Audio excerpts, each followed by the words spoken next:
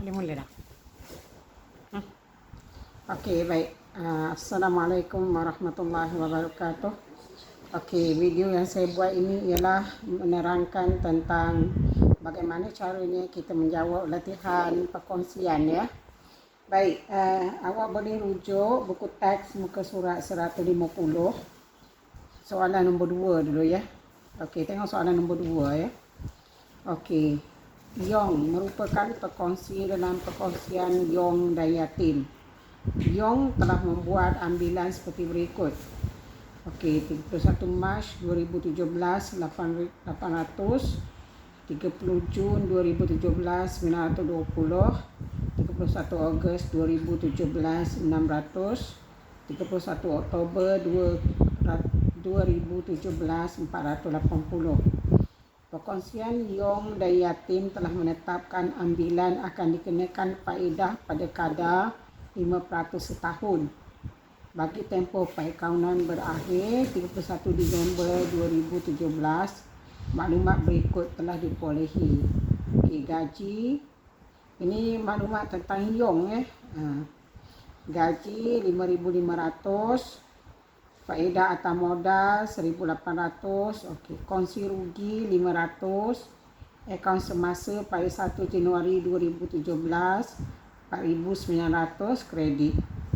Okey, anda dikehendaki menyediakan akaun semasa Yong. Okey, jadi baik. Jadi untuk menjawab soalan itu ya, jadi kita tengok ambilan itu ada beberapa kali ya pada tarikh-tarikh yang tidak sama ya. Jadi untuk mengira faedah atau ambilan, maka kita bolehlah buat jadual seperti ini ya. Tarikh ambilan, pengiraan, kemudian faedah atas ambilan. Okey, jadi kita kira dulu jumlah faedah atau ambilan ya. Jadi kita tulis tarikh ambilan tu, okey, 31 Mac 2017. Jadi pengiraan faedah atau ambilan, jumlah ambilan ya 800 darab dengan kadar faedah dia 5% tahun. Ini ada dalam soalan ya. Kadar faedah 5% setahun darab dengan tempoh ya. Tempoh tu dikira berapa bulan ya. Jadi kalau 31 Mac kita kira daripada, sebab ni hujung Mac ya. Hujung Mac, jadi kita kira mulai daripada bulan April. Okey, jadi kita kira April, Mei, Jun, Julai, Ogos, September, Oktober, November, Disember. Okey, jadi semua sekali ialah 9 bulan ya. Jadi 800 darab dengan kadar faedah dia 5% darab dengan tempoh 9/12. Jadi kita dapat 30. Okey, untuk ambilan pada 30 Jun 2017 pula, kita kira daripada bulan Julai ya, sebab 30 Jun ni pada akhir bulan ya. Jadi kita kira daripada mula bulan yang baru ya. Jadi kita kira Julai, Ogos, September, Oktober, November, Disember. Jadi 6 bulan ya. Jadi jumlah ambilan 920 darab dengan kaedah 5% darab dengan tempoh 6/12. Jadi kita dapat 23 ringgit ya. Okey, untuk ambilan pada 31 Ogos pula, kita mula kira daripada bulan September ya. Okey, September, Oktober, November, Disember. So 4 bulan ya. Jadi jumlah ambilan 600 darab dengan kadar faedah 5% darab dengan 4/12 bulan. Jadi sama dengan RM10. Okey, kemudian ambilan seterusnya pada 31 Oktober.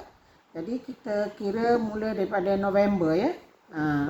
Sebab ini pun pada ujung Oktober ya. Jadi kita mula kira faedah daripada bulan November dan Disember. Jadi 2 bulan ya. Jadi jumlah ambilan 480 darab dengan kadar faedah dia 5% darab dengan tempoh 2/12. So kita dapat RM4. Jadi jumlah ambilan semua ialah 2,800 ya, campurkan 800, 920 tambah 600 tambah 480, jadi 2,800. Okey, kemudian faedah tadi kita campurkan 30 campur 23 campur 10 campur 4, kita dapat RM67. Okey, lepas siap pengiraan ini, maka kita buatlah akaun semasa Yong ya. Jadi akaun semasa ini dia terbahagi kepada dua bahagian, iaitu sebelah debit di sini dan sebelah kredit di sini. Okey, akaun semasa ini dia biasanya berbaki kredit ya. Jadi akaun semasa yang baik ya, maknanya akaun semasa yang ada mempunyai nilai aset ya, dia mesti berbaki di sebelah kredit ya. Jadi kalau catatan yang menambah kepada akaun semasa, catatan dia ialah di sebelah kredit ya. Manakala catatan di sebelah debit pula ialah catatan yang mengurangkan akaun semasa ya. Jadi kita tulis tahun 2017 Januari 1. Okey, baki BB. Mana nak dapat baki BB ni? Okey, ini ada dalam soalan ya. Mana ke dia ya? Okey, ini dia ya. Akaun semasa pada 1 Januari 2017 4,900 sebelah kredit. Okey, jadi masukkan baki dia 4,900. Kemudian apa yang menambah kepada akaun semasa? Okey, gaji ya. Gaji Yong 5,500. So kita letak sebelah kredit. Okey, kemudian faedah atas modal 1,800. So kita tulis kat sini faedah atas modal 1,800. Okey, tak ada lagi dah ya, itu saja. Okey, jadi kita jumlahkan, kita dapat 12,200. Okey, manakala sebelah debit akaun semasa, biasanya butir-butir yang catat sebelah debit akaun semasa ialah ambilan, faedah atau ambilan dan juga kongsi rugi ya. Kongsi rugi. Sebab rugi ini dia akan mengurangkan akaun semasa ya. Kalau kongsi untung, kita akan catat dia di sebelah kredit. Tapi kalau kongsi rugi, kita catat dia di sebelah debit. Okey, jadi jumlah ambilan tadi kita dah kira kat sini 2,800. Okey, faedah atau ambilan juga kita dah kira kat sini 67. So masukkan kat sini. Kemudian kongsi rugi ini ada dalam soalan ya. 500 masukkan. Okey, jadi sekarang kita imbangkan untuk mencari baki HB ya. Jadi jumlah besar kat bawah 12,200 kita tolak dengan jumlah catatan sebelah debit iaitu 2,867 dan 500. Maka selepas kita tolakkan, maka kita dapatlah baki HB dia 8,833. Okey, baki HB ni untuk tempoh seterusnya, tempoh tahun 2018 bawa ke sebelah kredit, dia jadi Januari 1, baki BB 8,833. Baik, itu ialah soalan nombor 2. Okey, baik, sekarang kita nak tengok soalan nombor 3 ya.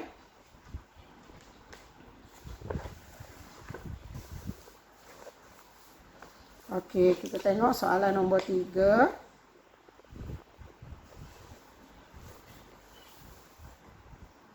Okey, soalan dia berikut ialah maklumat yang diambil daripada buku perkongsian bakti pada 31 Disember 2017. Okey, modal pada 1 Januari, Borhan 20,000, Andrew 40,000. Baki akaun semasa pada 1 Januari, Borhan 5,800, Andrew 7,200. Okey, untung bersih 92,800. Ambilan Borhan 400, Andrew 500, Inventory, baki inventory 11,600. Akaun belum terima 6,700. Akaun belum bayar 5,800. Bank 15,600.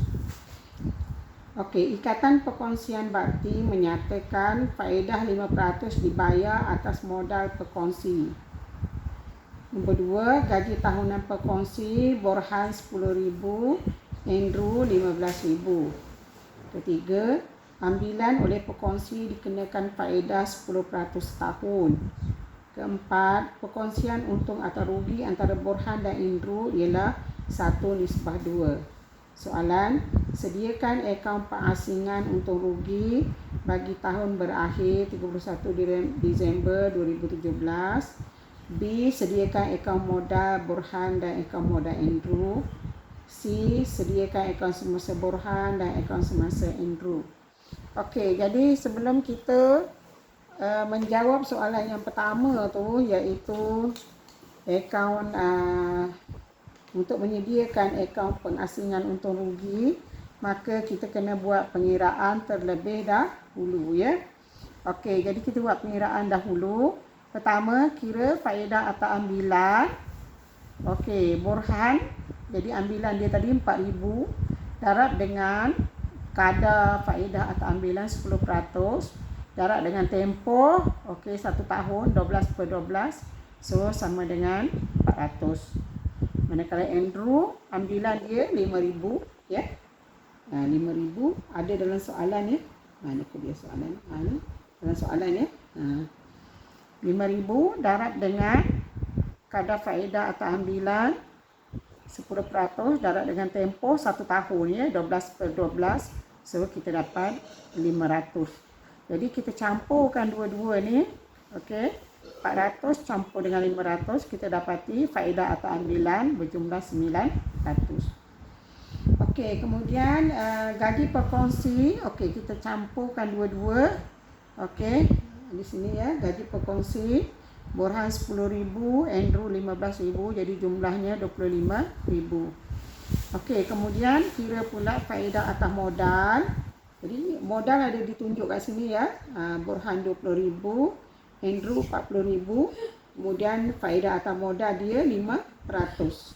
Jadi kita kena kira kat sini 20,000, ya, untuk Borhan, darab dengan 5% sama dengan 1,000. 40,000 modal Andrew, darab dengan kadar faedah atas modal 5% sama dengan 2,000. So jumlah dia 3,000. Okey, jadi sekarang yang ni nanti dulu, ya. Kongsi untung ni nanti dulu. Okey, kita masukkan maklumat ini dalam akaun pengasingan. Okey, jadi untuk menyediakan akaun pengasingan, pertama tulis nama syarikat, ya. Jadi nama syarikat itu ialah Perkongsian Bakti. Kemudian tajuk dia akaun pengasingan untung rugi bagi tahun berakhir 31 Disember 2017. Okey, masukkan untung bersih, ya. Untung bersih 92,800. Okey, masukkan untung bersih. Okey, kemudian kita tambah. Tambah ni satu butiran aja sebenarnya, ya, iaitu faedah atas ambilan. Tak ada dah benda perkara-perkara lain yang kita boleh tambah, boleh kita tambah pada untung bersih, ya. Tak ada, ya. Satu butiran ni saja. Okey, jadi kita ambil tadi, dah kira tadi kat sini faedah atau ambilan 900. So, masukkan dekat sini. Jadi 92,800 tambah dengan 900 sama dengan 93,700. Okey, kemudian kita tolak butiran-butiran yang ada kaitannya dengan perkongsi, iaitu pertama gaji perkongsi. Okey, gaji perkongsi kita dah kira di sini 25,000, di tulis kat sini 25,000 dekat akaun pengasingan. Yang kedua, butir yang kita kena tolak ialah faedah atas modal. Okey, kita dah kira juga dekat sini 3,000. Okey. Jadi masukkan dekat akaun pengasingan ini. Jadi 25,000 campur dengan 3,000 sama dengan 28,000. Jadi kemudian 93,700 tolak dengan 28,000, saya kurungkan dekat sini ya. Jadi kurung ni maksudnya tolak ya. Kita tolakkan, jadi kita dapat 65,700. Okey, 65,700 ini ialah untung yang boleh dibahagi ya antara Borhan dengan Andrew. Jadi untung ini kita akan masukkan ke akaun semasa ya. Jadi macam mana nak kira? Okey, jadi kongsi untung ya. Tengok pengiraan seterusnya, kongsi untung. Jadi dalam soalan dia dah bagi tahu perkongsian untung atau rugi antara Borhan dan Andrew ialah 1:2. Jadi 1:2, jumlah nisbah semua sekali ada 3 lah ya. Sebab 1 bahagian Borhan, Andrew 2 bahagian. Jadi kesemua bahagian adalah 3 ya, 3. Jadi bagi mengira kongsi untung tadi, okey, kita akan masukkan ke dalam akaun semasa Borhan 65,700 ya, jumlah untung yang boleh dibahagi tadi, darab dengan nisbah untuk Borhan 1:3 sama dengan 21,900. Manakala kongsi untung yang akan kita masukkan ke akaun semasa Andrew pula 65,700 darab dengan nisbah Borhan. Nisbah Andrew ialah dia 2 bahagian. Jadi 2/3, 2 daripada 3 bahagian. Jadi sama dengan 43,800. So, kita masukkan maklumat ini tadi dalam akaun pengasingan ya. Jadi, tolak akaun semasa Borhan 21,900, akaun semasa Andrew 43,800. Okey, nampak ya? Jadi kita kena tunjukkan akaun pengasingan ni akhir dia mesti kosong ya. Jadi 65,700 iaitu untung yang boleh dibahagi.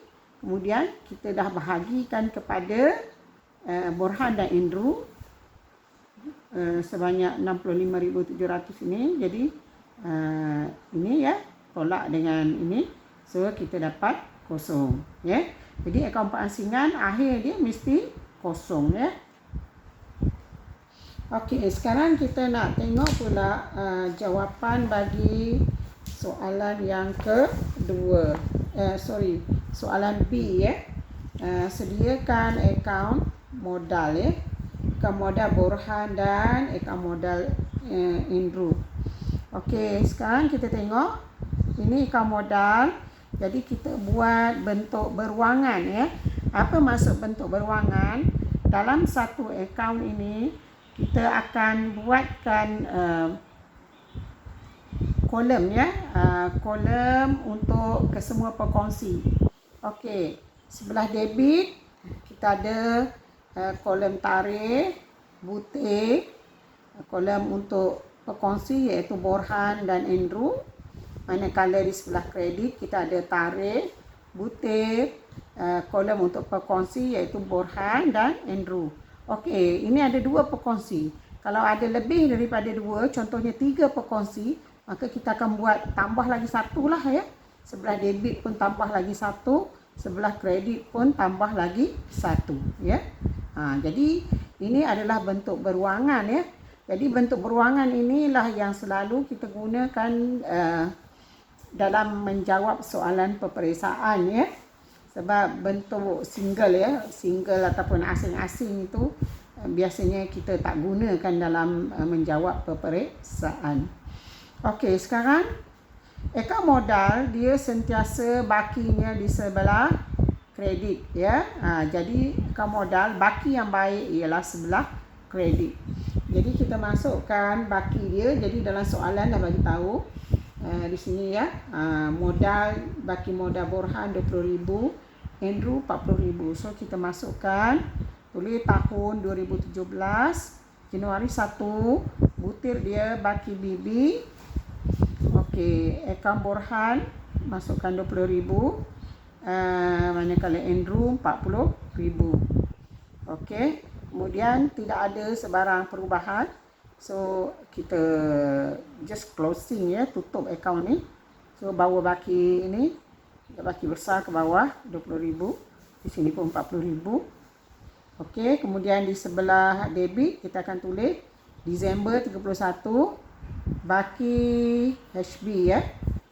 Borhan 20,000, Andrew 40,000. Dan baki ini kita kena bawa ke tempoh akan datang.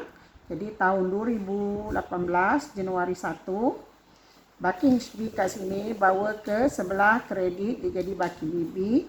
Jadi Borhan 20,000, Andrew 40,000. Okey. Habis tentang akaun modal. Sekarang macam mana kita nak sediakan akaun semasa ya? Okey, akaun semasa juga kita akan buat dalam bentuk beruangan. Okey, iaitu sebelah debit ada lajur tarikh butir. Okey, kolom untuk Borhan, kolom untuk Andrew.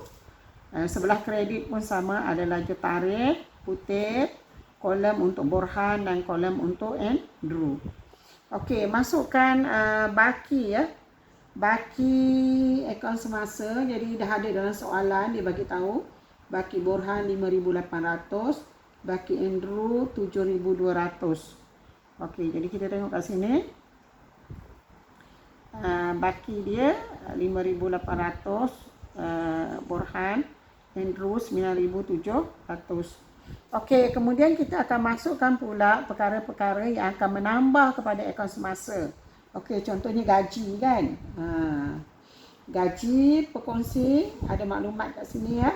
So, kita masukkan gaji Borhan 10,000, gaji Andrew 15,000. Kemudian faedah atas modal. Okey, faedah atas modal dah kira tadi ya.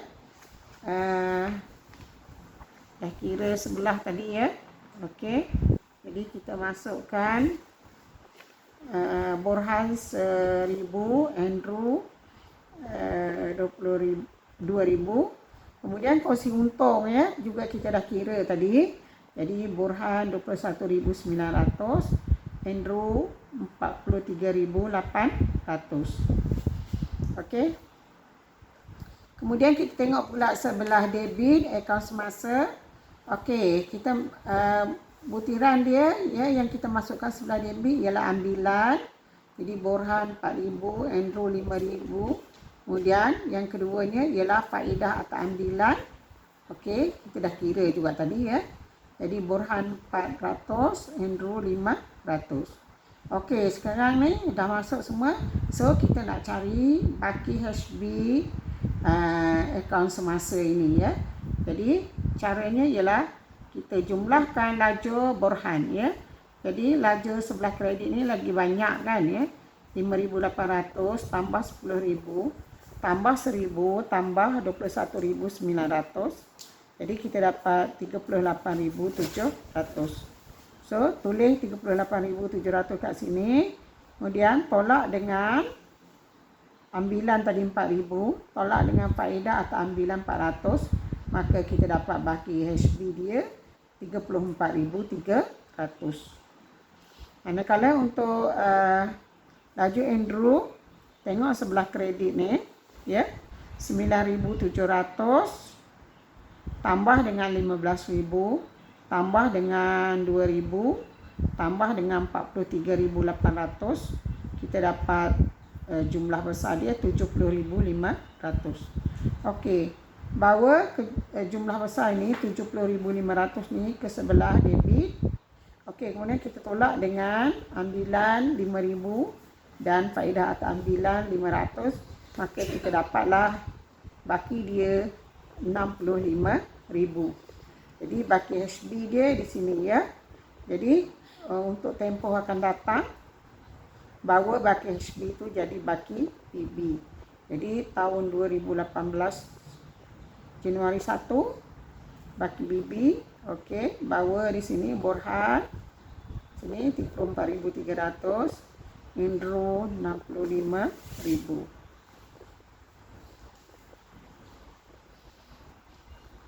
Baik, saya tunjukkan jawapan soalan 2 dan 3 dulu. Untuk menjawab soalan-soalan seterusnya, saya akan buat video yang lain ya. Okey, baik. Selamat mencuba dan Awak mesti cuba ya soalan-soalan dalam buku teks ini ya. Kalau awak tak cuba, awak tentu saja tak faham ya. Okey, baik. Assalamualaikum warahmatullahi wabarakatuh.